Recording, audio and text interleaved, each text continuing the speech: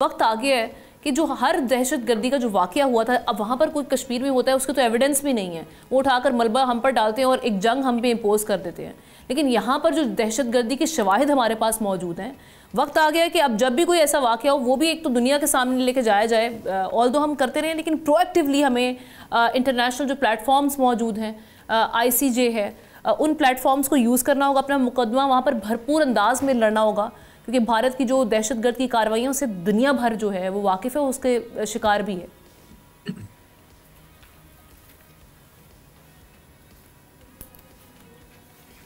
जी हारिस साहब, देखिए, इसमें बात ये आमना कि वी मस्ट नो कि पाकिस्तान को अभी बड़े स्ट्रॉन्ग पॉइंट्स से डिस्कस करना चाहिए। हम अब बड़े स्ट्रॉन्ग टर्म से बात कर सकते हैं, because we are the victors. India इस वक्त बिल्कुल ज़मीन की तय पे है। हमें जब निगोशिएशन टेबल पे बैठते हैं तो जो हाई मॉरल ग्राउंड पर होता है वो अपनी बात मनवाता है। हमें बड़ी क्लियर बात करनी है कि आइंदा अगर कभी बलूचिस्तान में BLA BLF को इंडिया ने सपोर्ट किया और वहाँ पर कोई भी धमाका होगा, and we have a proof, then we are going to react very violent.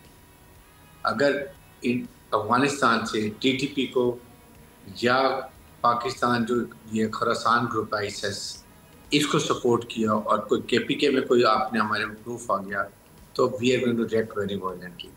अगर आपने फॉल्स फ्लैग ऑपरेशन किया और विदाउट प्रूफ किसी इंडिपेंडेंट इंक्वायरी के पाकिस्तान को मलाइन किया तो हम अब आपने तो सिर्फ फॉल्स फ्लैग करके झूठा इल्ज़ाम लगा के पाकिस्तान के बॉर्डर को क्रॉस किया और हमारे इनोसेंट सिविलियन को शहीद किया। और उस पर फिर उनका बयान आप देखें, उनकी जो प्रधानमंत्री हैं मोदी साहब, वो ये कह रहे हैं कि जी हमें तो लगा था कि पाकिस्तान हमारा साथ देगा इन दहशत गर्दियों के खिलाफ कार्रवाई में, और इन्हें तो हमारे साथ ही जंग करना शुरू कर दी। आप उनकी जहनी हालत का ज़रा अंदाज़ा लगाइए।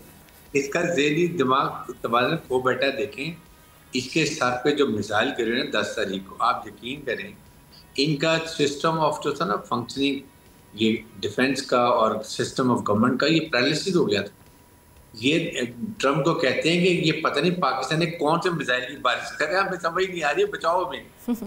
तो ये मुझे बताएं ये क्या लड़ेंगे ना इनके। देखिए, पाकिस्तान की शाइन अब एयरफोर्स के पास, फौज के पास ट्रेनिंग, एफिशिएंसी, उसके बाद हमारी प्रोफेशनलिज्म, उसके बाद हमारी ऑपरेशनल रेडीनेस, फिर हमारे पास जज्बा ईमानी, देन जज्बा शहादत, they are all force multipliers.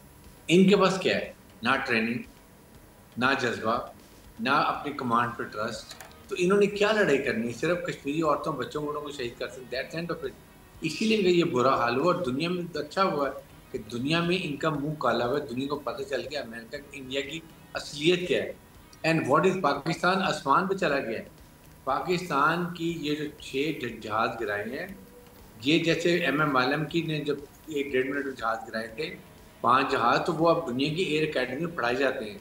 Likewise ये भी बताया जाएगा कैसे राफेल्स को और दूसरे 3 जहाज कैसे गिराए हैं और उसमें क्या हिकमत थी, कितनी एफिशिएंसी थी, उसमें क्या क्या चीज़ें काउंट होती हैं, ये सब पढ़ाया जाएगा।